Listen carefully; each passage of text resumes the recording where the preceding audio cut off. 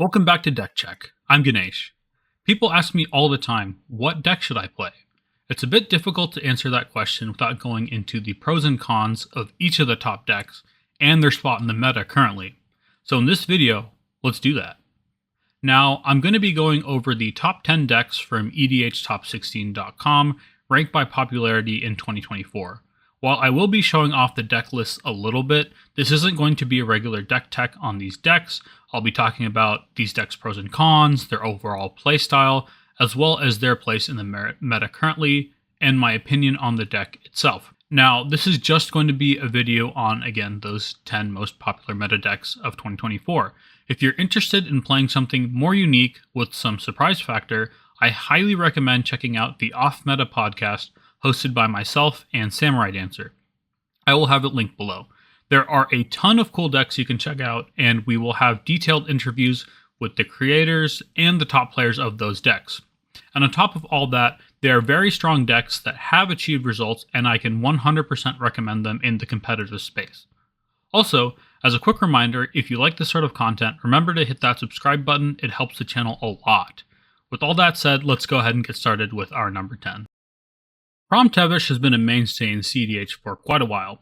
Kraum is an Izzet partner with whenever an opponent casts their second spell each turn, draw a card, and Tevesh is a 5-mana planeswalker that creates tokens which you can then sacrifice to draw cards. It is a powerful mid-range Grixis deck that leverages Kraum and Tevesh's powerful card advantage to get out wins backed up by interaction, while also having a density of fast mana and rituals to, again, power out quick wins. This deck will be utilizing the classic Underworld Breach and Thassa's Oracle combos to close out the game. So some of the pros: having 2 card draw commanders makes this deck fairly consistent, and Tevesh's ultimate can be game winning if opponents don't pay attention to his loyalty. This deck takes advantage of 2 of the best win conditions in the format, and is also fairly resilient, again, to having these commanders draw power. This deck is a bit more turbo-oriented than Blue Farm is, which lets it get out those fast wins, but overall it's very similar to Blue Farm. It lacks white, so instead of running Silences and the Grand Abolisher and Esper Sentinel, we have a bit more turbo cards in here. Some of the cons is both these commanders cost a lot of mana, so they're both 5 mana, which is part of why this deck is running just so much fast mana. Another downside is Tevesh can just die fairly easily if an opponent has like a Kraum or a Tivit or something, and they can just fly over your blockers and kill it. The deck also isn't the best in the late game. As you can see through the deck list, a lot of these cards are a bit combo focused, like there's a lot of fast mana, and there's a lot of just random stuff like tutors and things. So you can just be top decking stuff that isn't that great. But you do have some leverage again in the late game if you're able to keep your commanders alive. One of the things this deck can be weak to is stacks, as it is a fast to mid-range deck. This deck needs to cast a lot of spells to really do anything in the game. So this deck's had historically a lot of good results, and I think it is overall quite strong. I think it's better than some of the decks we will see coming up, and the only reason we don't see more is because it's so similar to Blue Farm, and a lot of players will think, well, if I have all the cards that make up 90% of Blue Farm, I might as well just play Blue Farm, which is honestly a little bit better, in my opinion. But this deck is still fun. Play this deck if you like to do a lot in the early and mid game. You'll want to be a little bit more turbo than Blue Farm usually is, and you want to present fast wins, but you also don't want to get completely blown out and out of the game if you get hit with interaction, because these commanders will let you draw through the mid game. At number 9, we have Atraxa Grand Unifier. When this card first came out, it was absolute fire. It took over the cEDH scene, and we saw it in a lot of tournaments. So this is a 7 mana 7/7, and when it ETBs, you reveal the top 10 of your library, and you can put a card of each card type from among them into your hand. The rest on the bottom of the library. To put it simply, if you resolve Atraxa, you get to look at the top 10, then you can put usually about 5 or 6 cards, depending on your luck, into your hand. This is a bit more of a mid to late game deck, or it wants to get out its commander and then maybe clone it or start flickering it with Displacer Kitten to get a bunch of these ETBs. And then once we outvalue everybody, we can go for a win with Thassa's Oracle, or maybe even down here we have Food Chain, which will give us infinite creature mana when we use it with Mist Griffin, of course. So some of the pros is it can be really hard to stop once they start getting this value chain going. Once they start accruing value or cloning Atraxa, the ETB is very, very powerful. Not only does it draw you a lot of cards, it ensures the cards that you are drawing are actually good, like because you get to pick exactly what you want for the top 10, and you're not just drawing into land. So you'll get 1 land, 1 instant, 1 sorcery, planeswalker, and artifact. One of each of those. Another benefit is players usually aren't on too high alert against Atraxa because it doesn't combo that quickly. Its game plan is to resolve the commander and first, and then just hold up counterspells, wait for an opening. It's also in 4 colors, which lets it take advantage of most of the best cards in the format. And having Flying, Vigilance, and Lifelink make this commander a 3-shot kill with commander damage. 7 times 3, of course, is 21, and it will also heal you. Some of the cons of this commander, and this is kind of why I think we've seen a bit of a decline in the play rate of Atraxa. So having her counterspell can sometimes mean you kind of just lose the game. If you go into your turn and you invest anywhere from 2 to 4 cards just to ramp out your commander, and it gets countered, you're probably not winning that game. It's very easy for Atraxa to get hit by cards like Red Elemental Blast, Pyroblast, the new creature counterspell, Strict Serenade, and that's not even the end of it. Other players can clone your Atraxa for the low cost of 2 or 3 mana, which can lose you the game on the spot. The deck can also lack mana-efficient wins. Food Chain itself is very mana-intensive. The card is 3 mana, and then Mistal Griffin is 4.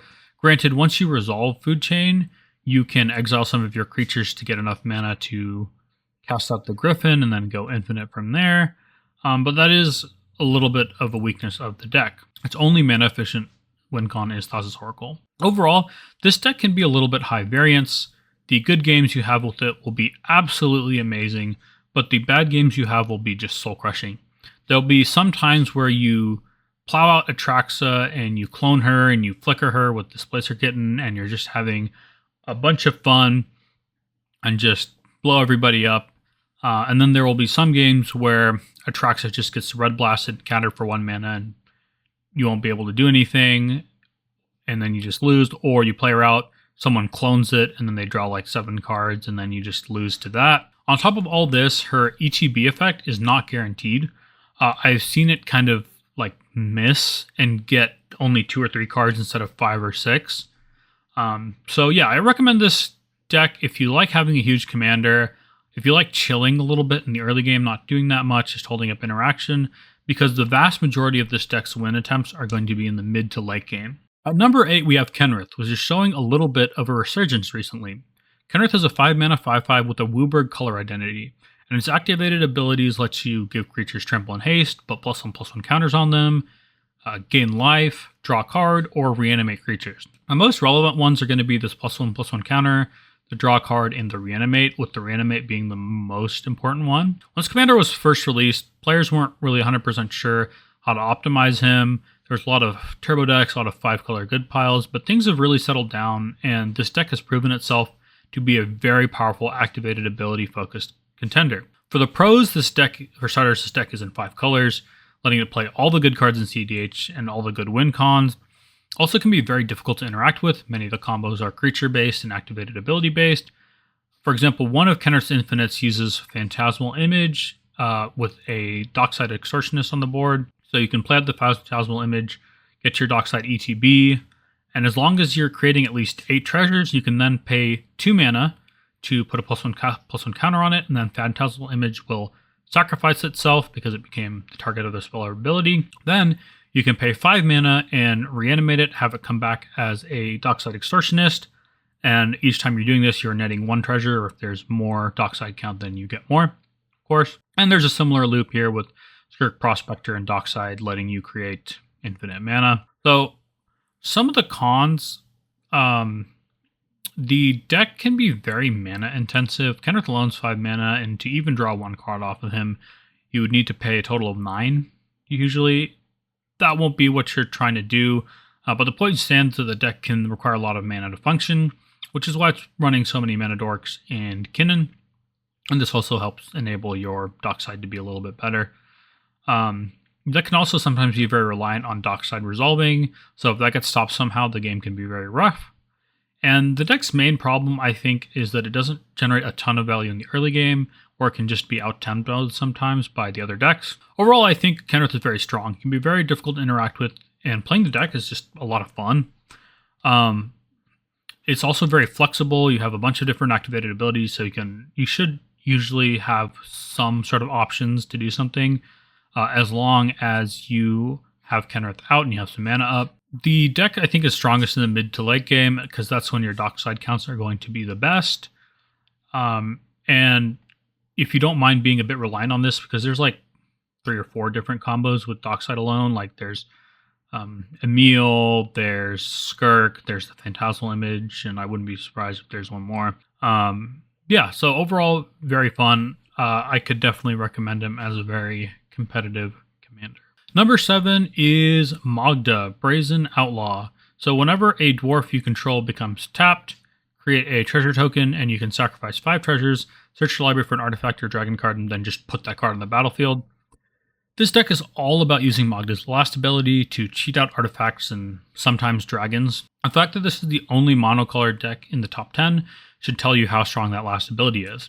If you're able to have a dwarf that is also the artifact super type, you can use Clock of Omens to tap the dwarf, which will create a treasure token, and you can tap that to untap the artifact dwarf, and then from there you just kind of go infinite because you make a treasure, and then you can tap the treasure plus the artifact dwarf to untap itself, and you'll make infinite treasure tokens, and then you can sacrifice treasures and win the game with infinite treasures and tutoring out a bunch of stuff. I'd recommend playing this deck if you like a somewhat early game focused commander that's also stacks focused, because a lot of times what Magda will do if they can't win right away is they will just go ahead and tutor out a stack piece like Godfair's Statue or maybe Torpor Orbit, instant speed. Damping Sphere can also slow things down.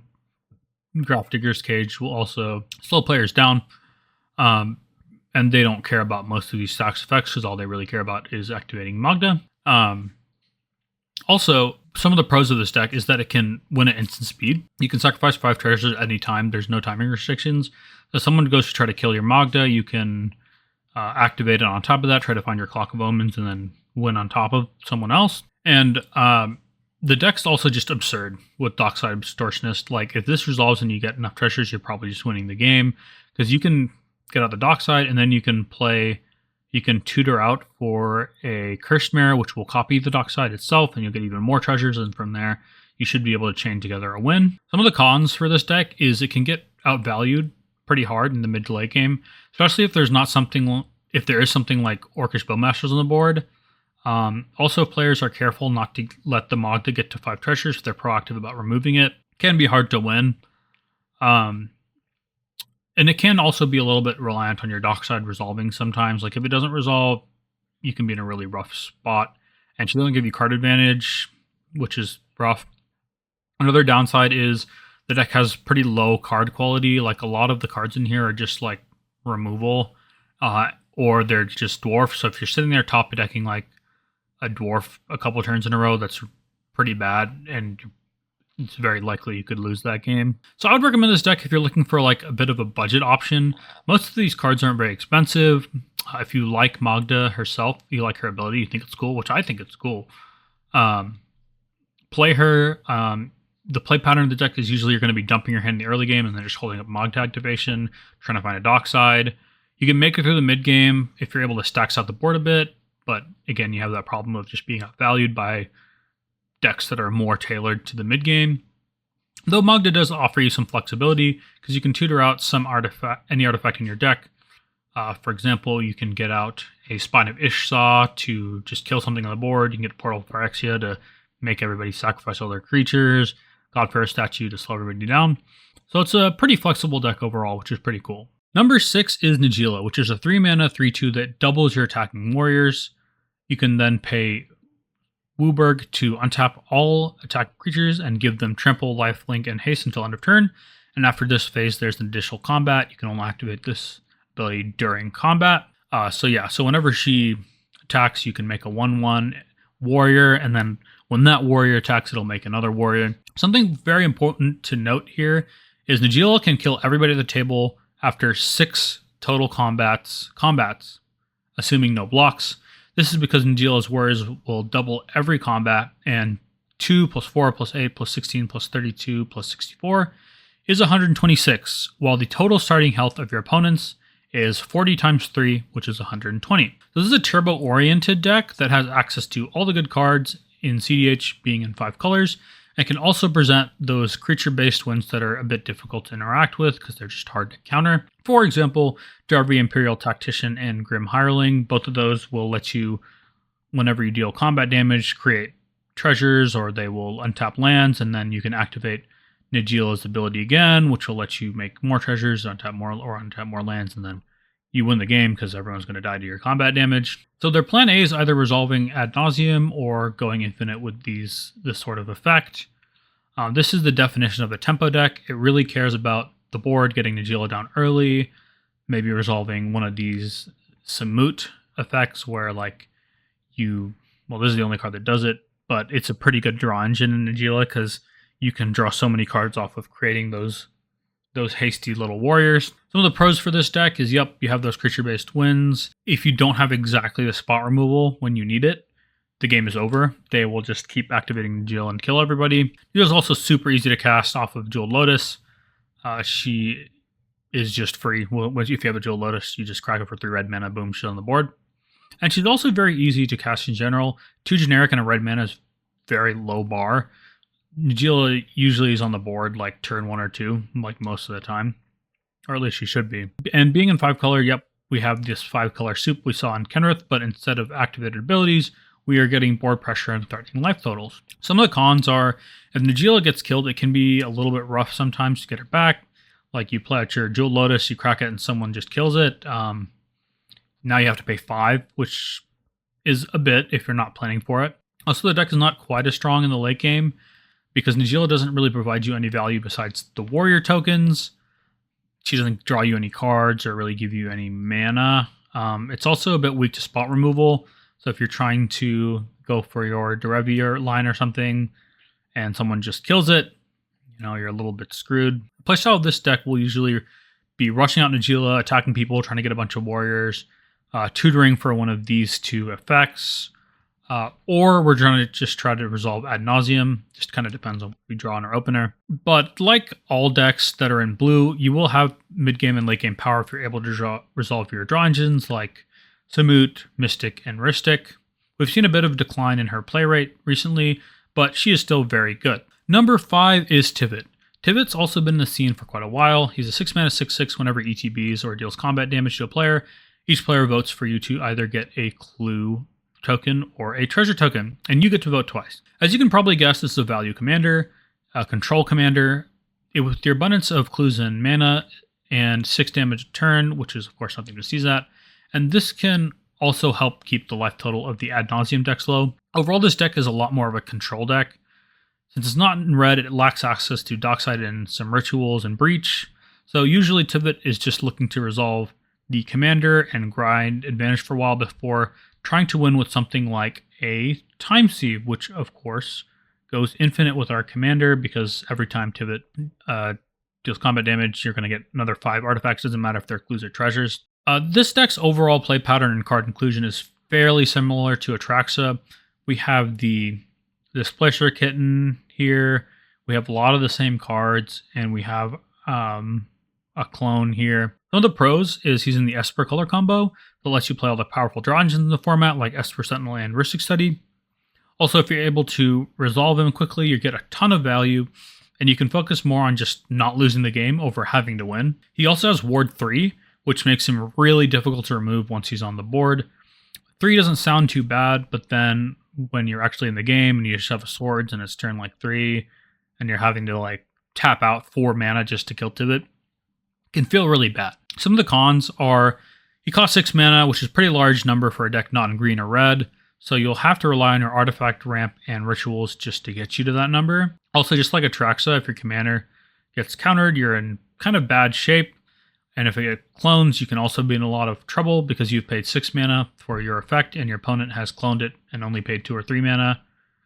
And this deck also feeds the absolute heck out of opposing Dockside Extortionists because Tivit himself just makes so many artifacts, and you also have to play so many ramp artifacts just to get him out. So decks like Magda, Kenrith, Sisay absolutely love playing against Tivits. Yeah, so the deck is also just super reliant on its commander since you not only need it for value, but you also need it to go infinite time sieve. I'd recommend it if you like playing control decks, if you don't mind waiting for the mid to late game to present a win, and that in the early game you'll be spending all your resources just casting your commander.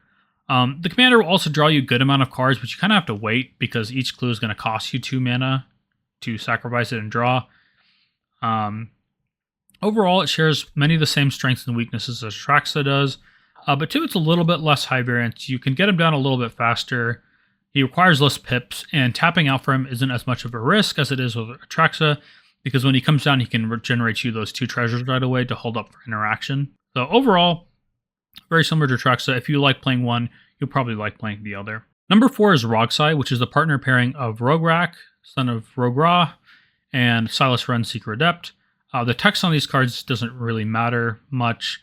What mostly matters is this is a 0 mana red creature, which will turn on all of our lovely Mox Ambers, the Springleaf Drum, the Paradise Mantle, Culling the Weak, Deflecting Swat, and Fierce Guardianship. So this is a turbo deck, and the reason that we're running Silas Wren is because the Dimir color combo will give us access to Thassa's Oracle combo, give us counter spells, it gives us blue will give us Brain Freeze for Underworld Breach.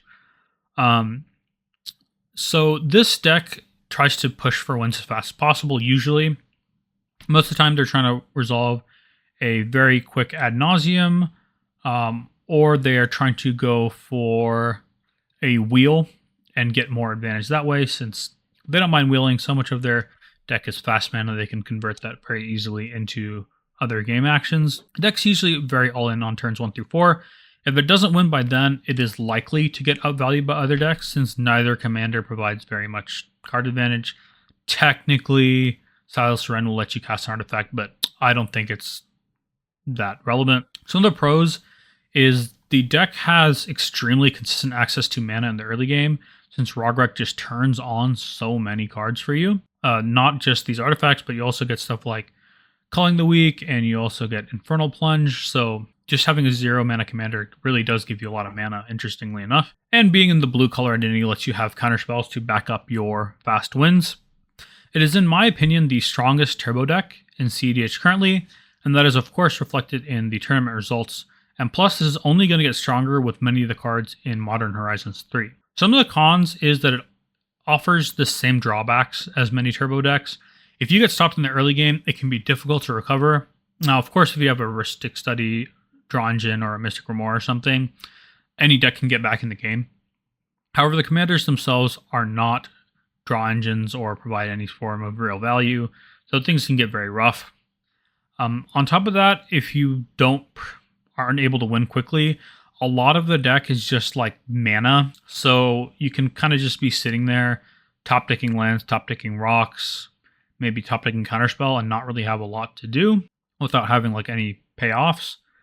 That can happen. Usually, you will draw into something eventually, but you can be stuck for a couple of turns here and there. And on top of all this, if you do find a payoff in the mid game, oftentimes it'll just be countered because the other decks will have more value than you, and they don't mind going 1-for-1 on something like a Jessica's Will just to stop you from winning the game. So I'd recommend this deck if you like to go fast, or if you like very high skill cap decks. This is one of the most difficult decks in the format to pilot correctly. You'll be very punished for minor mistakes. It's the definition of in for a good time and not a long time. Most games you'll either end it like turn 2, 3, 4, or you'll just be kind of stuck just top decking, hoping for a draw engine or some window where you can sneak in an ad nos, close things out. And the deck can be pretty resilient because so much of the deck is gas, and you can present wins multiple turns in a row, but oftentimes those will just be stopped once it gets to the mid game. Number 3 is Kinnan. This is a 2 mana 2/2 in Simic that has Whenever you tap on an endline permanent for mana, add 1 mana of any type that permanent produced, and then you can pay 7 mana, look at the top 5 cards of your library, and just put a non-human creature onto the battlefield. This deck revolves around getting a lot of non-land permanent that create mana, so like these mana dorks, and as well as the mana rocks down here. And then you're going to activate Kinnan's ability to cheat out big things, or you're going to try to, like, so let's say Hullbreaker Horror, Nyx Bloom, Nezahal, Tidespout, all these sorts of things. Or we're going to try to generate a ton of value with things like Seedborn Muse and Consecrated Sphinx. Pros of the deck is overall fairly consistent. So many of your cards just generate mana, so it's not hard to find keepable hands and then resolve Kinnan and start flipping him. And even if you don't flip into something game-winning, oftentimes even just a reasonable creature is enough to keep you from losing. For example, if you flip into a Perplexing Chimera or Glenelendra Archmage, that's enough to just keep you from losing to a turbo deck usually, and should stall the game long enough for you to start flipping Kinnan more. The commander itself also is very cheap, so this turns on stuff like we saw before with our Mox Amber and our Springleaf Drum, and it also turns on our Fierce Guardianship, which of course is very good. So some of the cons for this deck, it's very weak to Orcish Bowmaster overall. If you get too many of your dorks and Kinnan killed too many times, it's difficult to recover. Even though you're running such a large density of mana rocks, it just can be rough. Also, killing Kinnan oftentimes acts as a time walk, because if you kill Kinnan, most of the time they're just casting it out, and that's going to take up their whole turn. Another drawback is getting to 7 mana can sometimes be a little rough, especially if players are proactive about killing your mana dorks and stuff. So usually in the early game, you're just sitting there resolving your mana sources, holding up counter magic. Overall, Kinnan is a very solid choice. It's a very consistent performer and has been for a while. We're seeing a bit of reduction in Kinnan entries, but I think the deck is overall very strong. It's maybe a little bit worse in this new turbo meta we're going into, which is maybe the reason we're seeing less Kinnans. It thrives in the mid-range meta more than a turbo one, because if it cannot lose, it's very easy for them to run away with the game by just keep flipping Kinnan every turn cycle. I would recommend this deck if you like playing huge creatures, if you like playing the Simic color combination, and if you like the randomness of just flipping into a win sometimes, while still being in a very powerful color combination of Simic. And there's usually not a point where Kinnan's completely out of the game, because even if you get Draenith and you can't play your Kinnan, we run so much mana that we can just cast out our big things, and they're just usually just game warping, like Void Winnower is crazy, Hullbreaker will just win you the game on the spot if players don't have an answer for it. So it's pretty good. At number 2, we have Sisay Weatherlight Captain. This is a 3 mana 2/2, and she gets +1/+1 for each color among other legendary permanents you control. You can pay Wooburg and search library for a legendary permanent with mana value less than Sisay's power, and just put it on the battlefield. This is a very powerful ability, and this can chain together a win fairly easily, as long as you have a mana producer like Dockside Extortionist or Bloom Tender on the battlefield. The way that works is if you have Dockside Extortionist and it makes a bunch of treasures, you can spin Sisay, get an Aminatau out, flicker the Dockside, that'll make more treasures. Then you find a Saheeli, make a copy of the Dockside, get more treasures. And from there, you find out Nicol Bolas and Oath of Teferi. I'm not going to go too in deep on how this works, but this is just know that this is an infinite combo. So pros of this deck is, just like Kinnan, Kenrith, and Najeela, this can be difficult to interact with since the combos are just based on activating Sisay. Usually the player doesn't have to cast a lot. There's not really a lot of counterspell. And once you get enough mana, it is so easy to win, because you just need to activate Sisay a few times to close things out, since you can tutor out these Planeswalkers fairly easily once she gets big enough. It is in 5 colors, best cards in the game. And it's pretty good in the late game too, because eventually people run out of the specific answers they need to stop you. And it's just really strong because there's so much she can do. This activated ability is not just a combo piece, it also functions as interaction. Basically, because you can spin Sisay, and you can find something like Urtai Resurrected to counter a spell, basically uncounterably. You can go find this to give your things hexproof. You can also silence your opponents with finding out Teferi. So on the end step, you can spin Sisay, find Teferi, and then if you have like a dock set or something, just go for a win uncounterably, basically. That's really good. Some of the cons is Sisay is a bit weak early game. She doesn't really do anything. She is a 3-mana 2/2, and you have to spend a 5 to get your first thing out. And even then, if she's like not that big, all you're getting is a Ragavan or maybe a Gaia's Cradle. Usually they're just playing out their mana dorks, maybe hold ups interaction, try to get Sisay out and try to go for that first spin. I would recommend playing this deck if you enjoy the idea of activating Sisay, untapping something, activating her again, finding something else, copying it, and then just keep going down a deterministic line until you win the game. And also, if you don't mind that this deck isn't super impactful in the early game, unless it resolves dockside, in which case, every deck could be turbo if you resolve that. Yeah, usual play pattern will be like playing out Sisay, sitting there, holding up an activation, protecting your Sisay with counterspells if you need to. And then on the end step before your turn, you go and you find some sort of legendary that progresses your board state. So yeah, this is just like Kenrith. It's a toolbox deck. You find what you need when you need it, as long as Sisay has enough power and you have the mana. And at number 1, we have Tymna Kraum, or Blue Farm, as it's called, my favorite deck. Both Tymna and Kraum, they draw you cards. They're also in white, black, blue, red, which gives them access to almost all the amazing cards in the format. Get all the good draw engines like Esper Sentinel and Rhystic, as well as all the efficient win cons like Thassa's Oracle and Underworld Breach. The deck itself is a bit difficult to play, and it definitely scales with player skill, just like Rogside does and Tevesh Kraum. I mean, of course, every deck in the format is going to scale with player skill, but I think those decks especially are a bit more difficult. Experienced pilots with this deck will get good results, but it may not perform quite as well if you are new to the deck or if you're a newer player to the format in general. That said, it's very rewarding once you do get the hang of it. It is my favorite deck, and of course what I've used to win many tournaments. So some of the pros of this deck is it's very consistent. Having 2 draw engines in the format usually means you have some options at most stages of the game. The deck runs a lot of the same turbo cards as Tevesh Kraum and Rogsai, so it can present early wins, but if that doesn't work, we have 2 of the strongest draw engine commanders in the game, so it's very easy for the deck to recover in the mid game. It's probably the strongest mid-range deck in the game, in my opinion.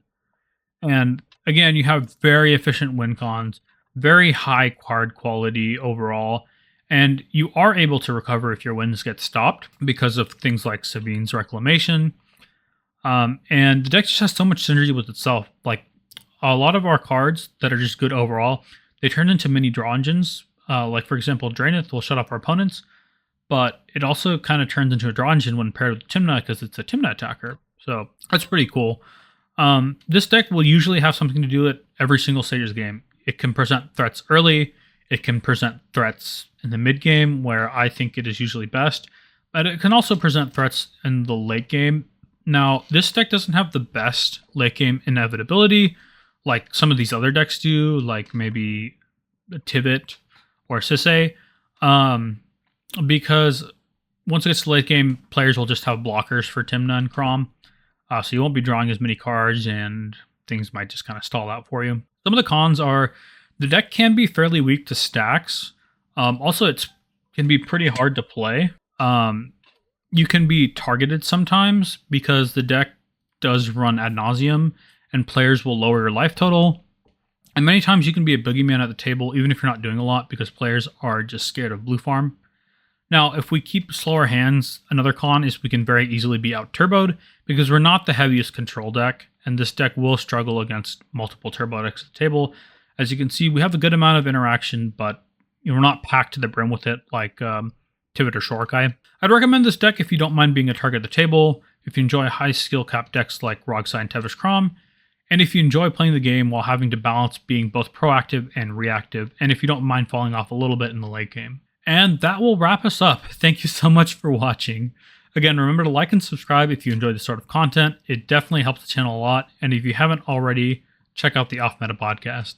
I'll see you later.